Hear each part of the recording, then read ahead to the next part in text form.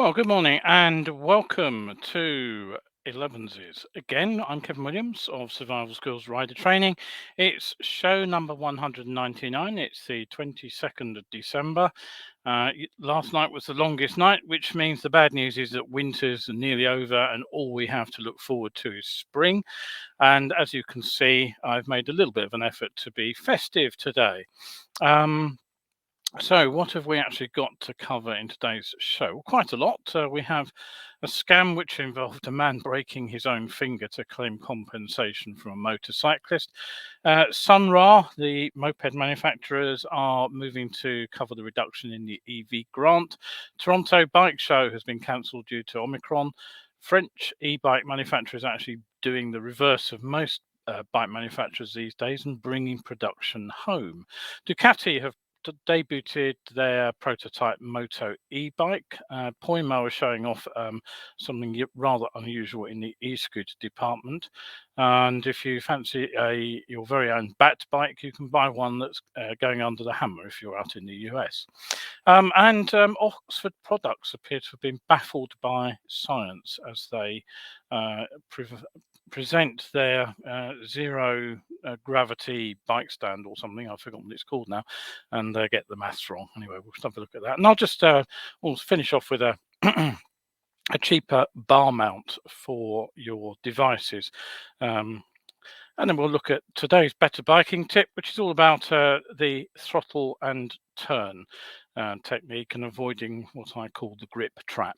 So that's what's in today's show. Grab yourself a brew, settle yourself down, and prepare to be entertained for the next 30 odd minutes, possibly a little bit longer. If you have a comment, if you have a question, if you have feedback, anything you want to ask generally, do drop me a line. I will try to get back to you during the show if I possibly can. And if I can't respond during the show, I will definitely get back to you afterwards. Don't forget, if you can't make it live here, it's always available on Catch Up on Facebook, or you can get hold of the show over on my YouTube channel. More on that later. So, Clive has said good morning. Hello, Clive. Good to see you. Right, hope we get a few more people drop in as the day goes on. We've only got 2 viewers at the moment, which is a bit disappointing, but hey ho. I'm sure everybody's out doing their last minute Christmas shopping and all that kind of thing. And Martin's also said good morning. Hello, Martin. Good to see you too. Right, so what have we got in today's show? Well, I never cease to be amazed by the lengths that some people will go to separate others from their cash. Now, this story comes from Sichuan province, southwest China, where a man has been jailed for planning to defraud a motorcyclist who gave him and another man a lift. 3 on the bike, of course, is quite common out in Asia. It seems what happened is the 2 men stopped the rider and asked him to take them both to their destination. So he gave them a lift. The ride involved a bumpy path where the motorcycle was described as overturning. Now, one of the passengers after this spill claimed that his hand was badly injured and was taken to hospital, and he was diagnosed there with a broken finger. Now, he then told the rider that it would be best to settle the issue in private and asked for 20,000 yen in compensation. I haven't got a conversion figure for that. I'm not quite sure how much that is worth. Anyway, the rider apparently set off to borrow the cash from relatives, but was then alerted to the fact that he might have been the victim of a scam. So rather than returning with the cash, he reported the incident to the police. They investigated and discovered that the doctor's report did show the finger was broken, but that the break wasn't a recent one. It turned out, in fact, the scammer had broken his finger previously, some time earlier, and had planned this scam with some accomplices, specifically targeting motorcyclists. So we don't know how many other riders got taken in by this fall off the bike and break your finger scam. I would imagine with 2 people on the bike, it's quite easy to make the rider actually lose control. Morning to Kirsty, who's also looked in. Hello there, Kirsty. Good to see you. So, okay, next story. On Sunday's show, I reported that the UK government had unexpectedly and without consultation slashed the electric vehicle grant, including that applicable to powered two-wheelers. Now, not too surprisingly, the Motorcycle Industry Association, the MCIA, reacted immediately with a sort of negative response to the news. But I finished my piece on the news item by suggesting that the grant actually might not be reaching the right people. And while rather than reaching the sort of less well-off drivers and bikers who would need to replace the elderly, higher mileage and more polluting vehicles that we really want to get shifted off the roads, the cynic in me said that in fact the grants probably enable wealthier drivers who can afford a new car, and a fairly pricey new car at that, and bikers too, to have new vehicles at lower prices. And I also commented that one of the problems with the switch to electricity as a fuel is that the duty on petrol and diesel will be dropping correspondingly. And that means an impact on the amount of money the revenue actually has available. And of course, the money for the grant has to come from somewhere. Now, at the time, I hadn't actually read the government's own press release on the news because it was a bit breaking. But rather tellingly, it says that the sales of zero emission cars are up by 89% compared with 2020, and that in the last 3 months, nearly 1 in 4 new cars sold had a plug. Now, back in the motorcycling world, the document says that almost 50% of mopeds sold this year were battery. And some models are now at price parity with their internal combustion engine equivalent. And the document says these changes in the new price cap will target funding where it's really needed to support the transition to zero emission two-wheelers. And I also suggested that the cash handout may have encouraged a bit of anti-competitive pricing. Basically, the grant would enable dealers and manufacturers to keep their prices that much higher, and therefore, effectively, what they were doing would be trousering the cash themselves. And not to my very great surprise, I have to admit, Harley-Davidson promptly announced that their own electrification grant would be supporting the sale of their bikes, at least till sometime after the new year. Although I have no confirmation, I have heard word that Zero have also moved to cover the slashed grant, at least for the next few months. What I can tell you for sure is that Sunra UK have also confirmed that they will be maintaining their 2001 pricing structure, 2001, 20 and 21 structure until at least March next year. Despite the reduced plug-in grants. Now, Sunra UK say they are committed to providing customers with a low-cost, zero-emission solution to help reduce congestion in our already overcrowded cities. Now, Logan Black of the company commented, naturally, we're very disappointed with the government's decision to apply this change of grant to electrically powered two-wheelers.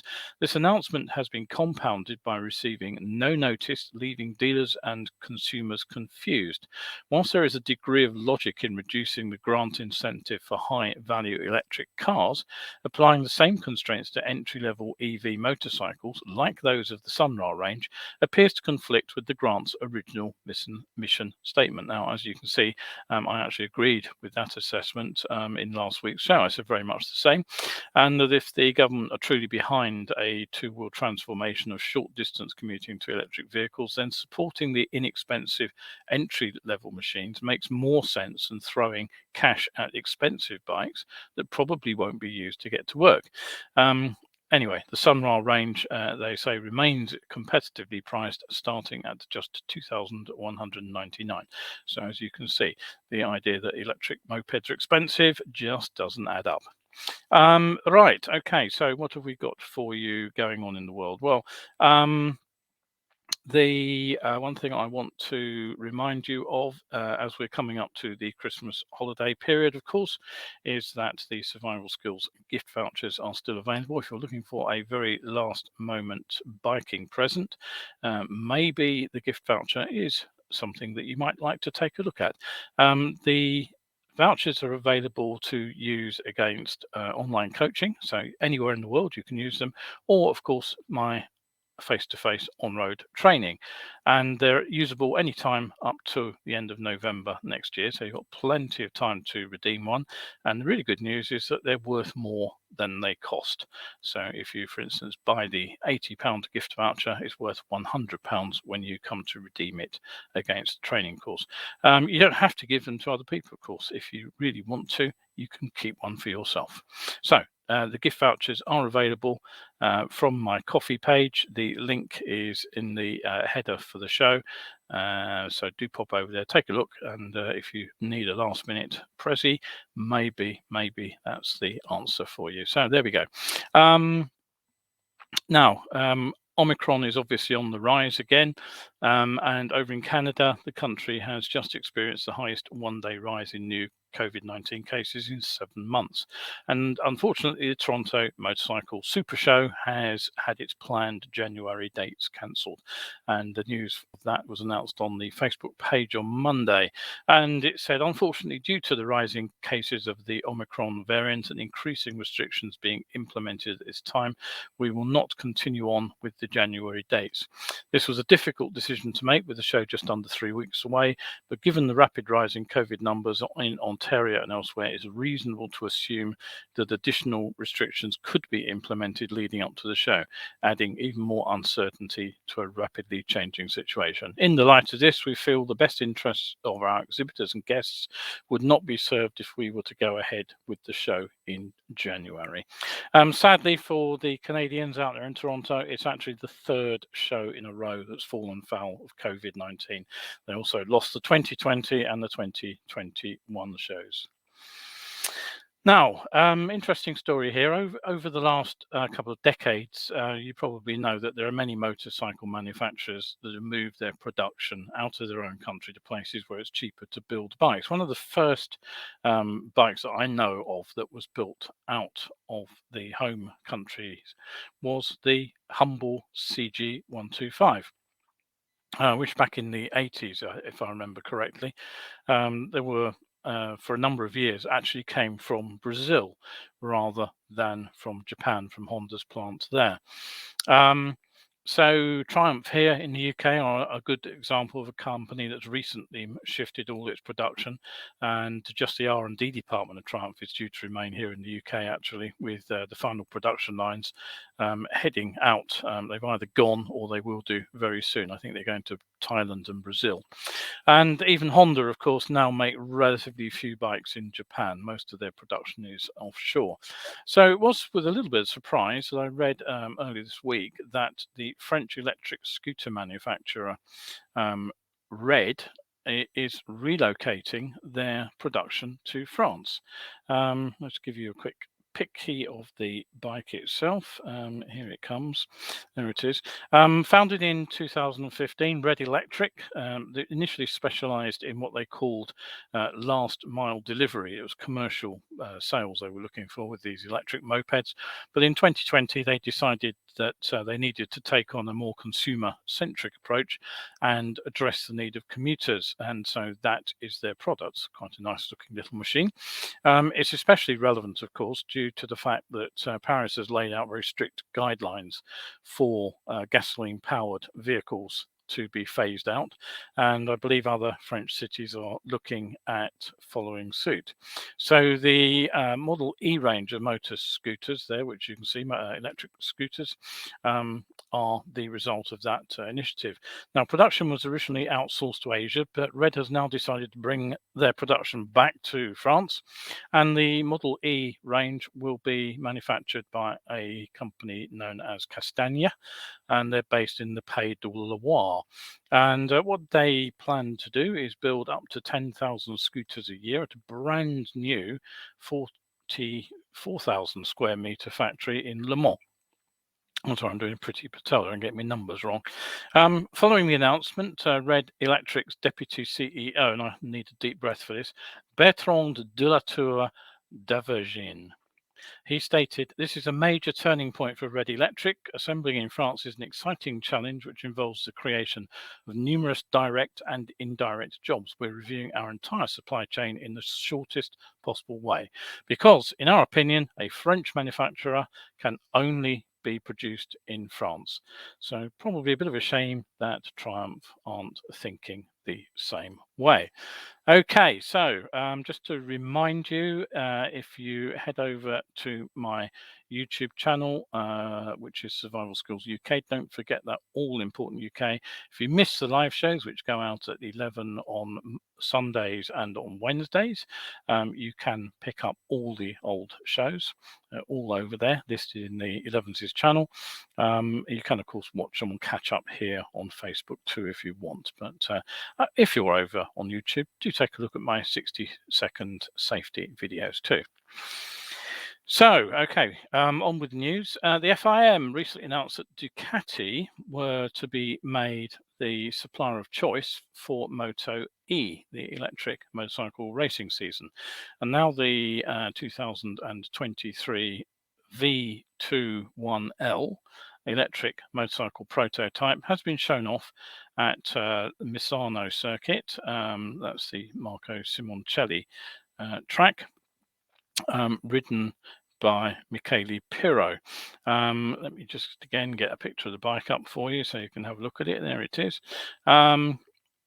Pirro's been testing for Ducati since 2013, and he said that testing the MotoE prototype on the circuit was a great thrill because it marks the beginning of an important chapter in Ducati history. He said the bike is light, already has good balance. Furthermore, the throttle connection in the first opening phase and the ergonomics are very similar to those of a MotoGP bike. If it weren't for the silence and the fact that in this test we decided to limit the power output to just 70% of performance, I could easily have imagined that I was riding my bike. Ducati have said that the road ahead is still very long, but in the meantime we've laid an important first brick, and that the bike is the company's most significant step forward to producing a street motorcycle for consumers. To quote, they say the goal is to create, as soon as the technology allows it, a Ducati electric vehicle for the road use that is sporty, light, exciting, and able to satisfy all enthusiasts. Well, the MotoE bike there is undoubtedly a sports bike. Ever since the first e-bikes have appeared, I said that there are actually two main hurdles to widespread acceptance by mainstream riders. And the first is looks. Wild and wacky rarely sells. You don't have to look very much further than the failure of the hub center steered Yamaha GTS 1000. Although two-thirds of the bike looked like a normal motorcycle, pretty much. The front third, the funny front end, although superior in almost all ways to conventional forks, meant it was a sales flop. Contrast that with BMW's telelever setup. I think BMW have got away with that because the different looking bit is actually mostly hidden away. You don't see it unless you look for it.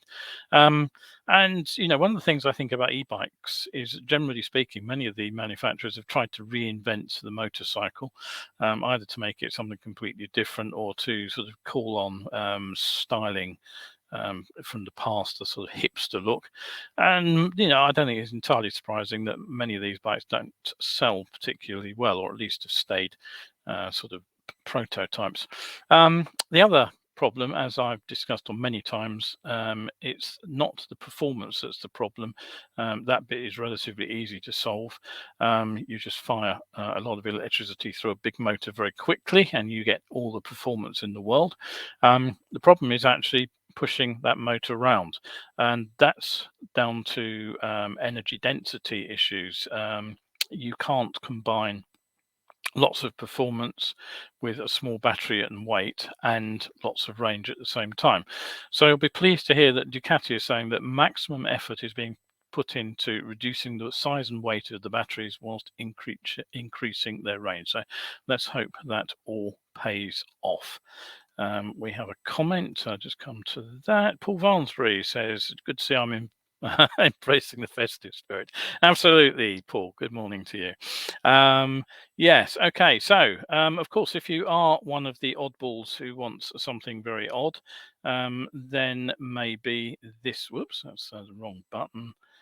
Maybe this is the bike for you. If I can get the picture up on screen.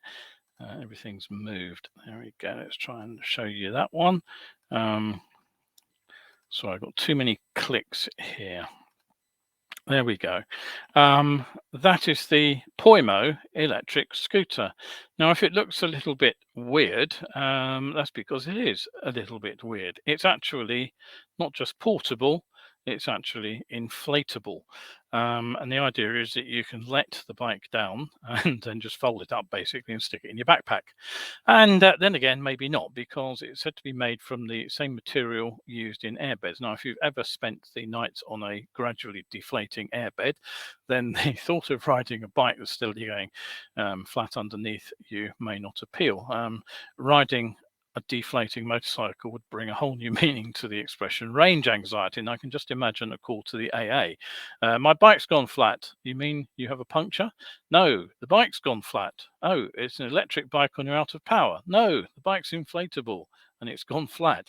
So if you do need to see more about this particular machine, I will just paste you up the link and you can go and enjoy the thing in its full glory. I've snipped the video, the still there from the video. If that isn't top of your shopping list, maybe you fancy this instead. As it's silly season, I thought we might as well have some silly motorcycles to share. So what about this one? Does that one float your boat? Well, yes, you have probably guessed it's Batman's old bike. It's the replica of the Bat Cycle. It's about to go under auction in the US. If it doesn't look like the Bat Cycle you know and love from the movies, that's because you're too young. This particular bike was built in for the 1960 TV show, which featured, as I'm sure you know, Adam West and Burt Ward. If you didn't, memorize that because it'll probably come up in a quiz sometime. It seems the first Bat Cycle was actually based on a Harley Davidson, but that was soon replaced by a new Bat Cycle, which was actually powered by a 1966 Yamaha YDS3 250 two-stroke. Now, the article is a bit vague on whether the machine actually featured in the show itself, but it does seem to be one of 4 bikes that were built by Dan and Corky Corks of Customotive, and they were toured around America after the series finished. This model apparently has been authenticated and it is autographed by Adam West and Burt Ward themselves, Batman and Robin. So if you're looking for perfect transport to become a crime fighter yourself, maybe that's worth an investment, although I suspect with a 250 two-stroke from the 1960s, you'll be hard-pressed to keep up with anything modern. So maybe it's best suited to nipping down the local shops for the grocery run. The sidecar would be perfect. Another press release dropped through my virtual inbox just the other day, and this time it was from Oxford Products, and it was for a new product stand range. Now, it's not something that I genuinely get very excited about. A paddock stand is a paddock stand is a paddock stand, but hey ho. This is the 0G range. With 0G in capital letters, just so that you know that there's a reference there to gravity.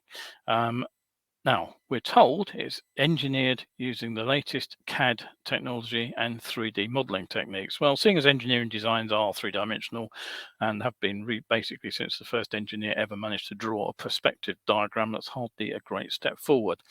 And then again, it says the stands are scientifically designed to minimize the required effort to move a given load. In other words, they use what's called a lever. Levers, as you probably know, use the principle of moving a lesser force a greater distance at one end of an arm in order to exert a greater force by moving a shorter distance at the other end. And the crowbar there is an excellent example of a lever. A seesaw, of course, is another lever. Even your humble clutch lever is actually a lever. Levers have been around for just on 7,000 years. So whilst the design of the paddock stand makes it relatively easy to lift a heavy bike with less effort than trying to heave it off the ground directly, it's not exactly making the bike weightless. It's certainly not cancelling out gravity. It still weighs something. But the interesting bit was actually when I got to the spin on the the product itself. It went on to say the average bike weighs 210 kilograms, split 60-40 front to rear. That means a rear paddock stand has to withstand an average of 84 kilograms. So far, so good. A quick way to check the mass is to divide 210 by 10. That gives you 10% of the weight, which is 21 kilos. Then you multiply by 4, and 4 times 21 kilograms is 84 kilograms. So all good. But then they go on to say that the world's heaviest bikes, which aren't paddock stand compatible, weigh over 400 kilograms, meaning a rear paddock stand would have to withstand 120 kilograms.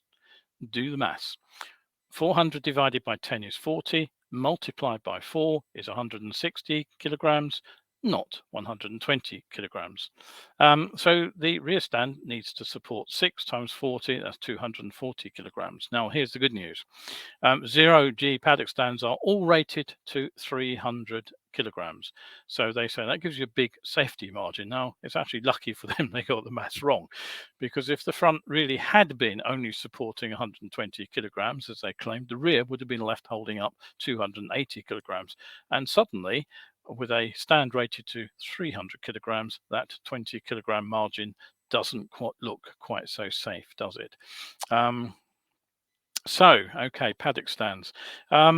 Whilst I'm having a go at products, I'll just remind you of something that I showed the other day, which I was less than impressed by. And this is the not so clever smart bar from Givi. As you can see, it basically bolts onto the handlebar clamps, and the idea is that you get an aluminium tube there which you can bolt your devices to. As I said, it's actually simply an overpriced piece of aluminium bar. It doesn't have any electrical connections to charge your devices, and it doesn't even come with necessary mounting screws. You have to source those separately. So I had a quick look around the internet to see what alternatives there were, and this is what I came up with. It's not as pretty, admittedly. It bolts, as you can see. You've got a sort of couple of places there you can pivot and find a bolt for it, and you'll bolt it on somewhere or other. It's painted black, it's steel, it's not very prettily welded, but the point is that you will save £65 or thereabouts over the Givi Smart Bar, and for that money you can afford yourself some wet and dry, a brush and a tin of Hammerite to touch up the paint when it drops off in a couple of years' time. So available online for around about £15, and frankly, in my opinion, a much more suitable price for a device like this. Okay, so whoops, what I've done here, that's not what I wanted to show you. I pressed the wrong button again. Here we go. So don't forget, filtering is the next topic for my live webcast, which goes out on Wednesday, the 5th of January. I'll be asking if it's a topic which is an art or a science, and whether you need brains or balls to filter. And I'll be answering those questions from the perspective of being a 16-year courier veteran myself. So the link is now up on screen. You can book over there. I appreciate it's very soon after Christmas, so I'm probably not going to get many takers for this one, but if you do want to come along and find out a little bit more about commuting, do drop me a line or go to that link and sign up. Right, before I get on to the topic of the day, let's go for that question. Do you think the Sauron Storm B looks reinvented? From quick glance, it looks exactly like a MotoE cross enduro bike. Yes, I do. I do have a photo of it somewhere. Not that I can easily get hold of it, but yes, it does. Yeah, and that's the point I was making earlier. If you make bikes look like things that are recognizable, I think people will tend to adopt them more easily than if they look like something completely bizarre. There will be somebody who undoubtedly thinks that having a sort of an inflatable bike that folds up and goes into their backpack and looks a bit like a squared off Mr. Blobby is the ideal form of transport. But a lot of motorcyclists will look at something like that and say, you know, no way would they sit on something like that and ride it. So yes, I think the Suron is a good example of a bike that looks like a bike. I think they've gone the right way. That's my own opinion. Feel free to disagree with me in the comments. I'm more than happy for you to come up with other ideas. Right, okay, so as we're into the sort of tail end of the early part of winter now, really, isn't it? Well into winter. It's cold, it's slippery. It was a lovely frosty morning this morning, so it's not the ideal conditions for tyres to do their best. And something I focus on my performance bends on road course is just why we should try to separate the inputs that make the bike change speed from the inputs that make it change direction. Now, more and more riders are aware that braking into corners and mid-corner is possible during road riding. It's not just a track technique. In fact, I cover it on my the day 2, the performance sport course, as a get out of trouble technique. But I'm also sure that most riders actually are aware that any mix and match of steering and braking forces pushes us nearer the limit of grip. And the reason that we try to avoid braking and steering is that both forces make demands on the tyre's ability to adhere to the road. And this mix and match is sometimes known as the traction pie.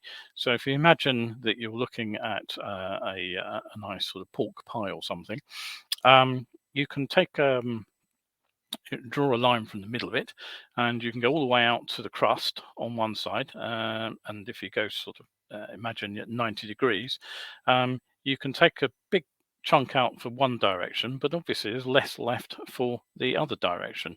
So the problem is, if we try to mix and match braking and leaning, there is a risk that we'll overwhelm the grip. And so basically that's why I talk about completing braking upright, because then you have 100% of the tyre's grip available to stop the bike. 100% at the rear come to that too. And no grip at all is being used for steering. And basically what that means is, if we do lose traction at the front, we will also slide in a straight line. The same applies when we're accelerating. If we twist the throttle and we're upright and we lose traction at the end, the rear end of the bike, then we will spin. But once again, if we're upright, the bike will continue to go in a straight line. Many years ago, I was doing one of the blood runs. It was middle of January. Well, actually, just after Christmas. It was just after New Year, so it was early January. It was incredibly cold. The temperature got down to about -10 in Kent that night. It was one of the coldest nights on record, and Muggins here was out delivering blood for 3 hours on his motorcycle. And I got home about 4 a.m. in the morning, so getting on towards the coldest part of the night. And I remember coming through Maidstone thinking that Maidstone would be a bit warmer than the sort of country road route, which involved going up and down a moderately steep hill. And I thought Maidstone would be better, and then I get a flat run home whilst I'm out in the country, because I was thinking very much about ice on the hills. What I hadn't anticipated was ice in the town centre. I came round a corner by the old bus station, which is still there now, actually, just modernised. Turned the corner, got the bike upright, twisted the throttle, and I thought I'd missed a gear because the rev counter just sort of shot skywards. So I notched it up back into gear, I thought, and did exactly the same again, more free revving. And it was only at that point that I noticed the back of the bike was actually sort of wagging slightly from side to side, and I realized that I was actually on black ice and I was wheel spinning. Now, the only thing that saved me from crashing on that black ice was the fact that the bike was bolt upright. If I had had any lean at all on that machine at that moment, the rear end would have started to slide sideways, and on black ice I would have had absolutely no chance of saving that. The bike would have gone down. As it was, I managed to roll off the black ice. The water had obviously pooled at the bottom of the hill, and as soon as I hit the slight upward slope away from the where the old river runs, then the tyre regained grip. But essentially, that is the grip trap that we set for ourselves when we talk about accelerating out of corners. It's fine in the dry when there is loads of grip to spare. It's fine on the track, particularly because tracks have consistent surfaces. Yes, I know riders talk about slippery patches on racetracks. We've had briefings at Brands Hatch from top riders like Shane Byrne, Leon Haslam, and my own. And listening to those briefings, they talk about, the points where they have to be a bit careful with the throttle because the track has a bit less grip than somewhere else. But frankly, at my level of ability, I can't feel that. But certainly what I can feel is running over a wet manhole cover or a shiny bit of the tar infill that is put around road repairs, or even white paint can be slippery enough to lose traction. I remember having the mother of all slides on wet paint out in Italy. It's gloss out there, and after a quick shower, it was like riding on that black ice. And I got the bike crossed up coming out of a little roundabout in a town in Italy, and very nearly sent the bike into orbit on that because I was on the throttle at the same time as I was leaning over. So if you're in any doubt at all about the grip underneath you, the answer is simple. Just as you would plan to do all your braking in a straight line, plan to do your accelerating in a straight line too. And that's the basis of the point and squirt system that I talk about. We separate those rocking horse forces, anything that makes the bike go front and rear, dip and rise, from the lateral cornering forces. And it's a logical way of dealing with corners. Unfortunately, it's not what is often taught on advanced training. Chasing the limit point is a bit of a hackneyed phrase, but it's something that came out of police advanced training. And the idea is that as the corners radius opens up, we can accelerate to match our lean angle to the increasing radius. It's a great idea in theory, but of course, it adds to the demand that we're making on the rear tire.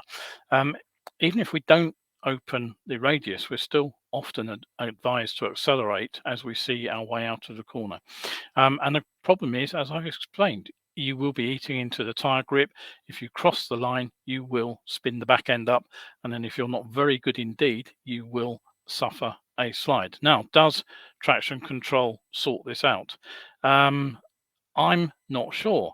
I don't have a great deal of experience on bikes with traction control, but I have to say that the one time that I actually needed it, I was on a traction control fitted bike, sort of fairly basic traction control that is fitted to most machines, away from the sort of top end sports bikes. It was switchable on and off. It had 3 settings. I put it back on. That was the first thing I did when I got on the bike. I also left it on the most sensitive setting, which should, in theory, have prevented wheel spin. But coming around a corner in the wet, I was actually out in New Zealand at the time. I just happened to hit one of those polished sections of tarmac that New Zealand roads are famous for as I was going around the corner, winding the power on, and it just happened to be a section of road that had been dampened a moment or two earlier by a quick shower. We barely saw the rain. We just got a few spots on the visor. But for a few hundred meters, the road surface was wet, and I just happened to hit the shiny surface as it was wet, just as I was winding the power on. And all I can say is the back end went sideways. The traction control didn't do anything at all. The only thing that saved it was actually my quick response by shutting the throttle. And I have to admit, the tyre slid off the slippery stuff back onto the grippy stuff. And although it was a sort of a bucking bronco moment, it didn't throw us off the bike, which was good news. But it was violent enough that the car driver behind, who'd been pretty much tailgating me through the series of bends, actually stamped on his brakes, locked them up, and slid across the road into the other lane where he stopped. So it must have been fairly spectacular from behind. Does it cost us anything just waiting and delaying, accelerating till we're around the corner? Not really. We'll make a little bit more progress through the bend if the tyre doesn't lose grip, but we can make that up very quickly by getting the bike upright quicker and getting on the power harder when we're upright. So my take on this is that yes, good throttle control is important around bends, and I'm certainly not advocating coasting around on a neutral throttle. I'm suggesting we use just enough drive to keep the bike at constant speed, or maybe slightly accelerating. But what I'm saying we'd avoid doing on anything that looks like a slippery road is trying to accelerate from the midpoint and out of the bend. Get upright, get pointed where you want to go next, then twist the throttle. All right, okay, so that's it for today. I've already reminded you about the gift vouchers. If you are interested in a practical course for next year, or even an online coaching session, do look at the gift vouchers. They will save you money. And don't forget the filtering presentation, which goes out on Wednesday the 5th at 8 p.m. and next Science of Being Seen. I'll be doing something a little bit different for that. I'm still working out exactly what, but that will go out on Wednesday the 2nd of February. So pop those dates in your diary. That's it for today's show. It's the last one before Christmas, so have yourselves a good festive season as best as you possibly can. Claire has said Merry Christmas, and thank you for that, Claire. And so the very best to you all. We'll be back with a show actually on Sunday the 26th, which of course is Boxing Day, and I'll be a little bit lighthearted. It'll be a retrospective of the year. So thanks to Clive and Teague, who've also wished me a Merry Christmas, and the same to everybody out there watching you. If you're out on the bike later, stay safe out there, and we'll see you hopefully on Boxing Day. And that's it for now. If I can find the bit.